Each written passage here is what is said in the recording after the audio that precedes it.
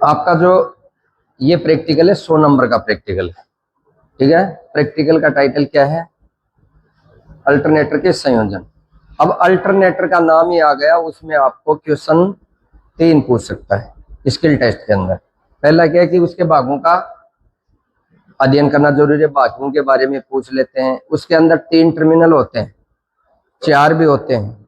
3 phase alternator होता है, उसके अंदर 3 टर्मिनल भी होंगे या 4 टर्मिनल। अगर 3 फेज है, उसकी वाइंडिंग डेल्टा में की हुई है, तो आपको केवल 3 फेज सप्लाई देगा वो। अगर आपकी अल्टरनेटर से बाहर 4 टर्मिनल निकले हुए हैं, तो 3 तो फेज के, एक होगा न्यूट्रल का। वो आपके सिंगल फेज और 3 फेज दोनों के लिए काम आएगा। ये आपका 3 फेज अल्टरनेटर है। इसका जो शीर्षक है वो अल्टरनेटर के संयोजन। उद्देश्य क्या है इसका? अल्टरनेटरों के टर्मिनल की पहचान करना या उनके भागों का अध्ययन करना। 2 नंबर है आपका 3 फेज अल्टरनेटर में वीएल और वीपीएच, लाइन वोल्टेज और फेज वोल्टेज का मान ज्ञात करना। एक पूछ लेते हैं कि 3 फेज अल्टरनेटर है, उसका वोल्टेज रेगुलेशन ज्ञात करके बताओ। अभी बार्क में पूछा था ये प्रैक्टिकल भी, है ना। एक इससे प्रैक्टिकल होता है सिंक्रोनाइजिंग का, वो स्किल टेस्ट में नहीं पूछते हैं आपको, ठीक है। तो अगर सिंक्रोनाइजिंग का भी आपको करना है तो वो भी आपको सिखा दे, ठीक है। मेन छोटे छोटे प्रैक्टिकल है इसमें। अल्टरनेटर के टर्मिनलों की पहचान करना, लाइन वोल्टेज फेज वोल्टेज का मान ज्ञात करना और आपका वोल्टेज रेगुलेशन ज्ञात करना। अब इस प्रैक्टिकल को करने के लिए आपको क्या क्या सामान चाहिए, क्या औजार क्या उपकरण चाहिए, जिसमें आपको औजार का नाम है combination plier, screw driver, phase tester, wire stripper और वायर कटर। ये 5 तो आपके हैंड टूल्स हैं। फिर आपके आ गए उपकरण, जिसमें बल्ब लगाएंगे अपने लोड के रूप में। लोड क्यों लगाना जरूरी है इसमें? जो प्रैक्टिकल नंबर आपका 3 है, इसके अंदर उद्देश्य के अंदर वोल्टेज रेगुलेशन ज्ञात करोगे आप फुल लोड लगा करके, तो आपको लोड के रूप में क्या लेना है? बल्ब। बल्ब काम में ले रहे हो तो उसके साथ आपको बल्ब होल्डर भी चाहिए, आपको वायर भी चाहिए, और आपका वोल्टेज मापने के लिए क्या चाहिए आपको? वोल्ट मापक यंत्र भी आपको चाहिए। कार्य विधि क्या है इसकी? कार्य विधि की बात करें, सबसे पहले अपना अल्टरनेटर के भागों का अध्ययन कर। भागों का अध्ययन जैसे बॉडी है, फील्ड पोल है, स्लिप रिंग है, आर्मेचर है, आर्मेचर वाइंडिंग है, फील्ड वाइंडिंग है, सभी भागों का अपन करेंगे अध्ययन। अल्टरनेटर के संयोजन का परिपथ आरेख, ये आपका परिपथ आरेख है। आप जैसे डीसी जनरेटर में देखते हो तो फील्ड पोल होते हैं और आर्मेचर होता है। अल्टरनेटर में भी फील्ड पोल रहेंगे। डीसी जनरेटर में और अल्टरनेटर में अंतर क्या है? दोनों एक ही सिद्धांत पर कार्य करते हैं। दोनों की जो आर्मेचर वाइंडिंग होती है उसमें अल्टरनेटिंग करंट ही जनरेट होता है, एसी करंट होता है। इस जनरेटर का अगर आउटपुट में देखें, डीसी जनरेटर का आउटपुट में देखें तो आपको मिलती है डीसी सप्लाई। क्यों मिलती है? क्योंकि यहाँ क्या लगा रहता है उसमें? कम्यूटेटर, और कम्यूटेटर से अपन निकालते हैं कार्बन बूस्ट लगा करके बाहर सप्लाई। ऐसे ही अल्टरनेटर के अंदर यहाँ कम्यूटेटर नहीं होता है, स्लिप रिंग होती है, ठीक है। अगर 3 फेज का अल्टरनेटर है तो आपको 3 स्लिप रिंग देखने के लिए मिलेगी। अगर 3 फेज 4 वायर वाला है तो 4 स्लिप रिंग मिलेगी, ठीक है। स्लिप रिंग में आपको दिखा दूं कैसी। अगर मैं कनेक्शन की बात करूं, 3 फेज का ही है ओनली। अगर 3 फेज का है तो इसका कनेक्शन किस में रहेगा? डेल्टा में। अगर 3 फेज 4 वायर सिस्टम में है तो उसका कनेक्शन रहेगा आपका स्टार। अब स्टार में लगभग स्टार में होते हैं, जिससे सिंगल फेज भी ले सकते हैं और 3 फेज में भी। अगर इसके टर्मिनलों की पहचान करनी है आपको तो 3 वाइंडिंग होती है ए बी सी। ये कितनी हो गई? ए बी सी 3 वाइंडिंग है। तीनों का रेजिस्टेंस लगभग बराबर हो सकता है, 1 2 3 ओम का अंतर आ सकता है। अब इसमें मैंने अंतर भी दर्शा दिया, एक का 10 ओम है, एक का 9 ओम है, एक का 10 ओम। कितने वायर बाहर निकलेंगे? 4 वायर। 4 वायरों में से एक वायर ऐसा है कि उसके साथ उसको कॉमन मान लें और बाकी 3 का रेजिस्टेंस लगभग बराबर होता है। समझ में आया?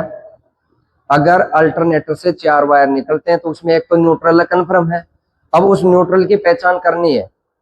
सभी को कॉमन मानते हुए एक वायर उसमें ऐसा होगा जिसके साथ 3 की वाइंडिंग के जो वायर बाहर निकलते हैं उसमें रेजिस्टेंस लमसम बराबर रहेगा, लगभग बराबर रहेगा, ठीक है। वो भी आपको हम प्रैक्टिकल में बता दूं कैसे आपको न्यूट्रल अलग निकालना है, ठीक है।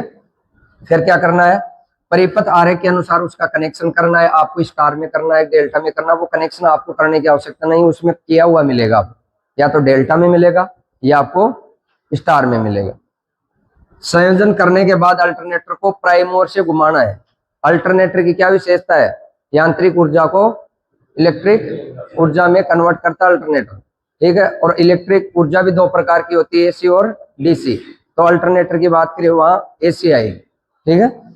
फिर करना वो अल्टरनेटर के वीएल और वीपीएच का मान ज्ञात करना।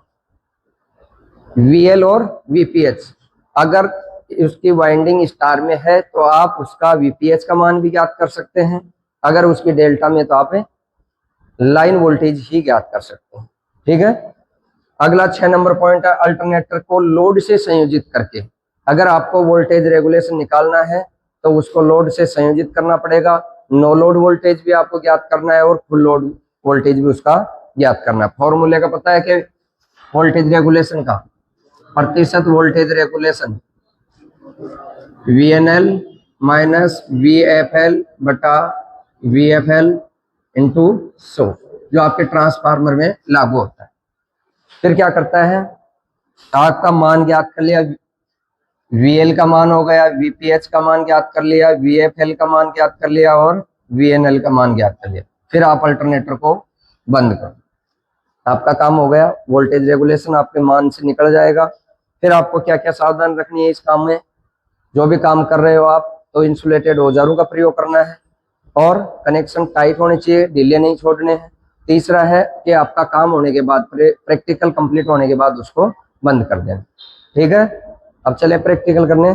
तो यहाँ से लैब में चलना है, अल्टरनेटर का प्रैक्टिकल आपको करके देखना है कि इसमें भाग कौन से होते हैं, कौन सी स्लिपरिंग होती है, उसके टर्मिनल कैसे पहचानने हैं, वोल्टेज रेगुलेशन कैसे ज्ञात करना है, लाइन वोल्टेज फेज वोल्टेज का मान कैसे ज्ञात करना है। चलो आ जाओ। ये आपका अल्टरनेटर है, दिख रहा है, और ये आपकी डीसी मोटर है। ये पूरे सिस्टम को अपन बोलते हैं MG set, motor generator set. MG set क्यों बोल दिया? क्योंकि इसको घुमाने के लिए प्राइमर के रूप में हमने क्या लगाया, मोटर। तो ये मोटर हो गई, ये जनरेटर हो गया। एमजी सेट, लेकिन जनरेटर भी दो प्रकार के होते हैं, एसी और डीसी। किस प्रकार का? ये एसी अल्टरनेटर, जिसको अपना एसी जनरेटर को अल्टरनेटर बोलते हैं अपन, ठीक है। ये कौन सा स्टार्टर है? 3 पॉइंट स्टार्टर है। ये कौन सी मोटर है? संट मोटर है। संट मोटर का काम है इसको घुमाना।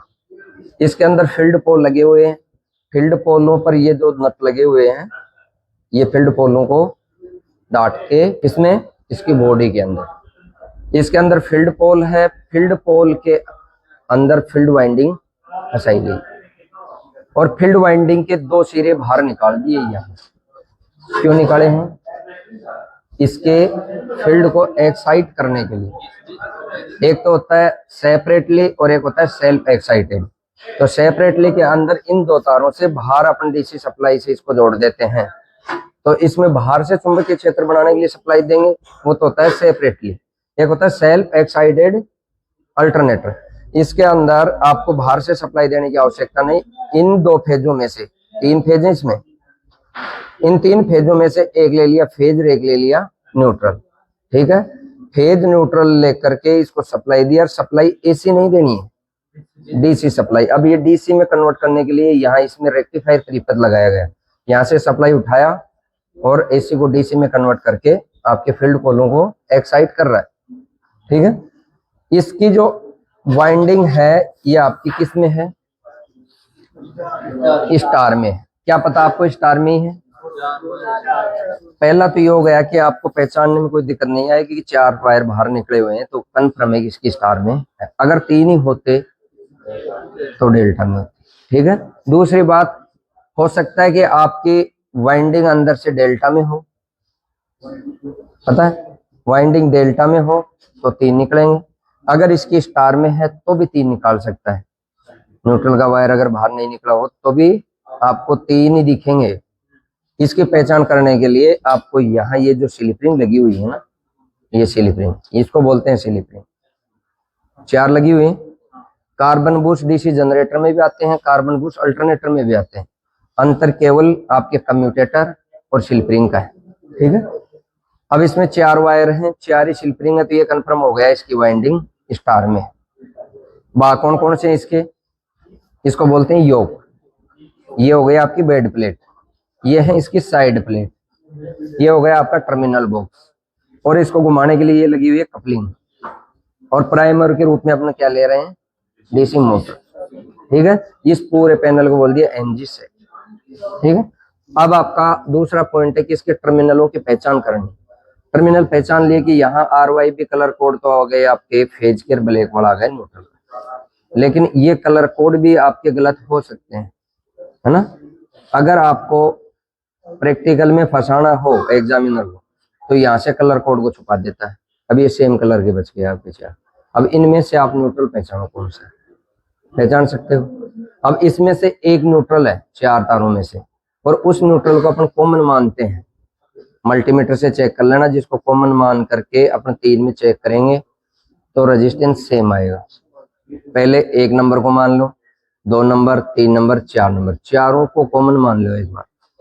ठीक है, पहले 1 को माप कर तीनों का रेजिस्टेंस चेक कर लो, फिर इसको छोड़ो 2 नंबर को माप कर, फिर इसको छोड़ो 3 नंबर को माप कर तीनों का रेजिस्टेंस, फिर 4 नंबर।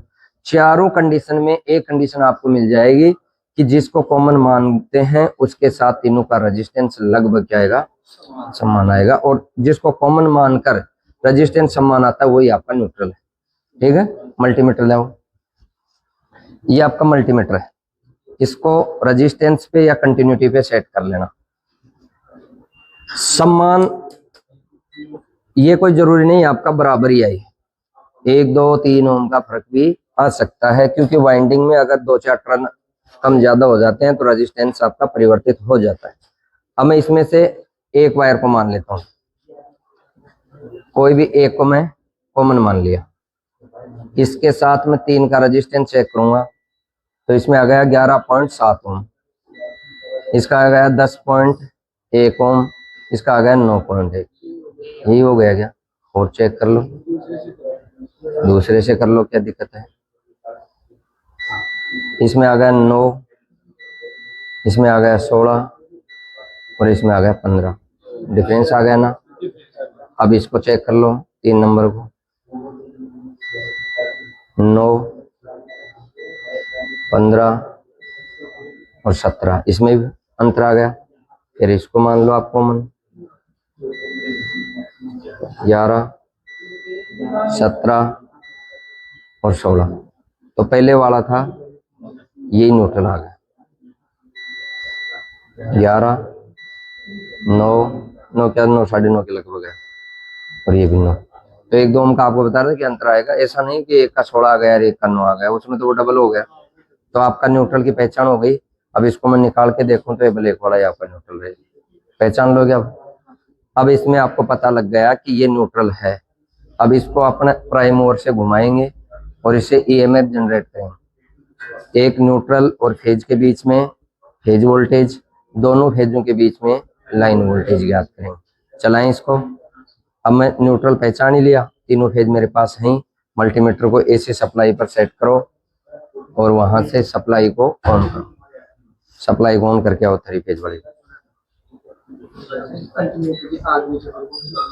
आर्मेचर पर आर्मेचर वाइंडिंग और फील्ड पर फील्ड वाइंडिंग, फील्ड पोलों पर फील्ड वाइंडिंग। नहीं, वो तो घुमाने पर आर्मेचर चला दिया। अब देखना, इसको पहले बंद करो आप अल्टरनेटर को। देख लिया ना स्लिप रिंग वगैरह।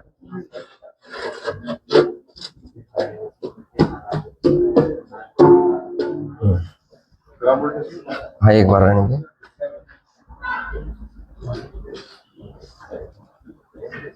अब सप्लाई ऑन हो गई। अब देखो इसकी जो रेटिंग है उस आरपीएम पर घूमना चाहिए। जैसे 1500 आरपीएम पर घूमेगा तभी इसका अधिकतम वोल्टेज जनरेट होगा। अब ये मोटर है, अगर इसको कम आरपीएम पे घुमाती है तो कम वोल्टेज जनरेट करेगा, ज्यादा पे घुमा रही है तो इसका ज्यादा हो जाएगा। अब ये देखना, मैं मोटर को स्टार्ट करता हूँ। आरपीएम कम है, कम आरपीएम पे चल रही है ना, तो आपका ईएमएफ भी कम ही रहेगा। जो अपना देखो कितना आ रहा है, एक बार तो न्यूट्रल और फेज के लगा। देखो इसमें आ रहा है 35 वोल्ट है, फेज वोल्टेज कितना दिखा रहा है? 35। 40 हो गए ना, 40 वोल्टेज आ गया, ठीक है। क्या वो तो बढ़ेगा ईएमएफ, जैसे जैसे कटेगा ना इसका, चुंबकीय बल रेखा कटेंगे वैसे वैसे ईएमएफ बढ़ेगा।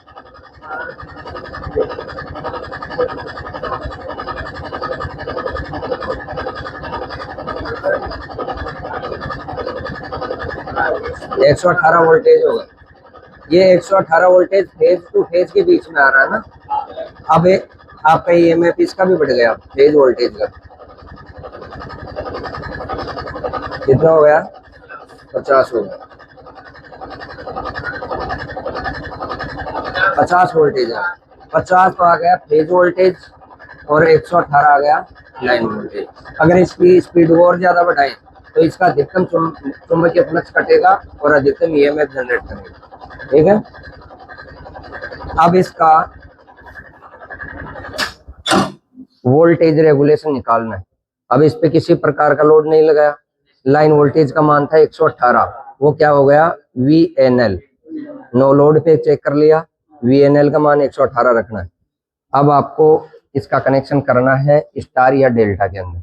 आपका जो लोड है, कम वोल्टेज आ रहे हैं तो 3 बल्बों का ही स्टार या डेल्टा कनेक्शन बना लो, 6 की आवश्यकता नहीं है इसमें। स्टार कर लो, डेल्टा कर लो, full load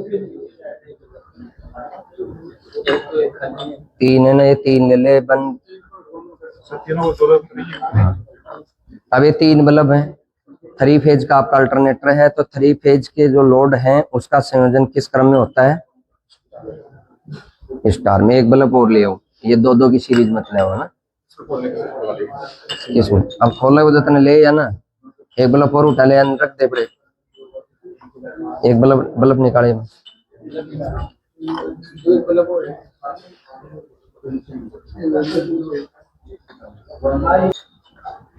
three phase alternator के लिए 3 फेज आपको लोड बनाना पड़ेगा, और मैंने इसका संयोजन कर दिया डेल्टा में। अब आपके पास न्यूट्रल को हटाओ और 3 फेज के 3 वायर है ना, वो दे दो मेरे को। न्यूट्रल को निकालकर ये तीनों फेज यहाँ जोड़ देते हैं। ये न्यूट्रल काम तब आता है जब आपको सिंगल फेज की आवश्यकता हो, ठीक है।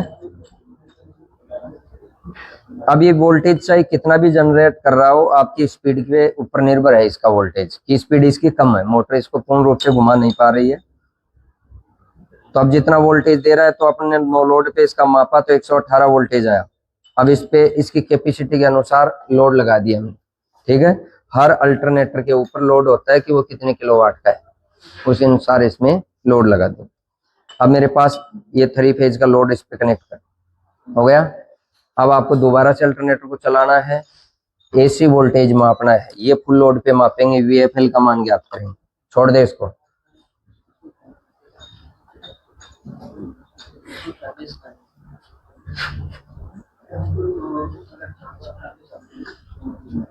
अब 2 फेजों के बीच में माप लेना आप, कोई भी 2 ले लेना इनमें ना, या माप करो स्टार्ट।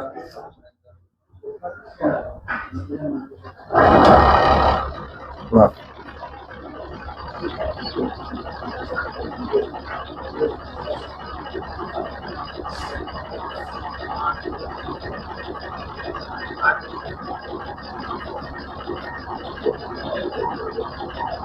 उसमें माप दोनों।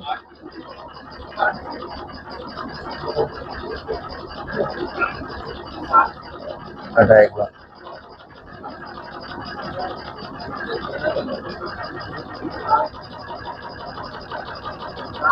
एक बार बंद करें। अब वोल्टेज माप,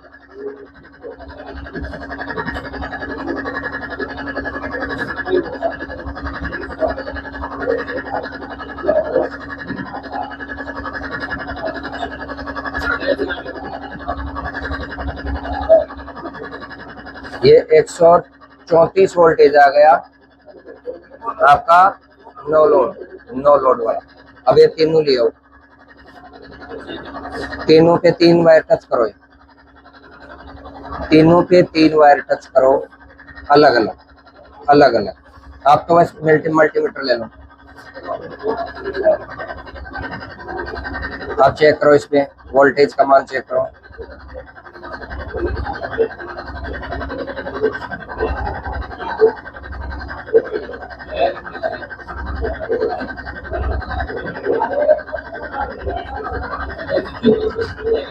कटाई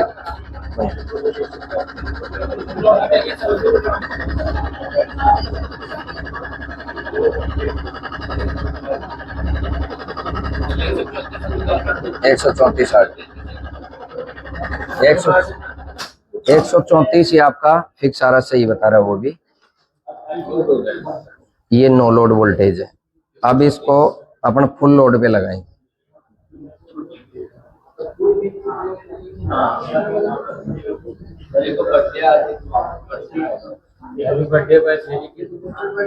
नो लोड वोल्टेज कितना आया? 134। अब फुल लोड वोल्टेज दो फेजों के बीच में माप लेना।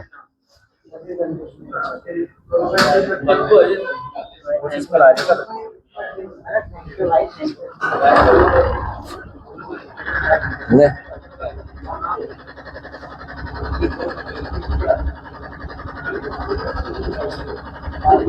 दो वोल्टेज डाउन हो गया ना, निकाल लो इसका वोल्टेज रेगुलेशन। VFL का मान है 132, VNL का मान है 132। 134 माइनस 132, 2/200 बटा कितना आ गया? 134। हाँ, 1.5% वोल्टेज रेगुलेशन होगा। ठीक है, निकाल लोगे। वोल्टेज रेगुलेशन 2 से 4-5% तक भी हो सकता है। उसके जितना वोल्टेज रेगुलेशन कम रहेगा उतना ही उसकी दक्षता अच्छी रहेगी। ठीक है, वोल्टेज रेगुलेशन का मतलब इसका ड्रॉप कितना हुआ, कितना लॉस हुआ। 98.5%। ठीक है, ऐसे ही आपको ट्रांसफार्मर की निकालनी है, ऐसे ही आपको अल्टरनेटर। चलो ये हटाओ, ये आ गया समझ में। तीनों भागों का अध्ययन करना, टर्मिनल पहचानना, फेज न्यूट्रल कौन सा है, और आपका वोल्टेज। इससे चला करके EMF भी जनरेट कर लिया, लाइन वोल्टेज भी चेक हो गई, फिर आपके फेज वोल्टेज भी चेक हो गई, no load voltage, full load voltage और रेगुलेशन। इससे बाहर कुछ नहीं। ठीक है।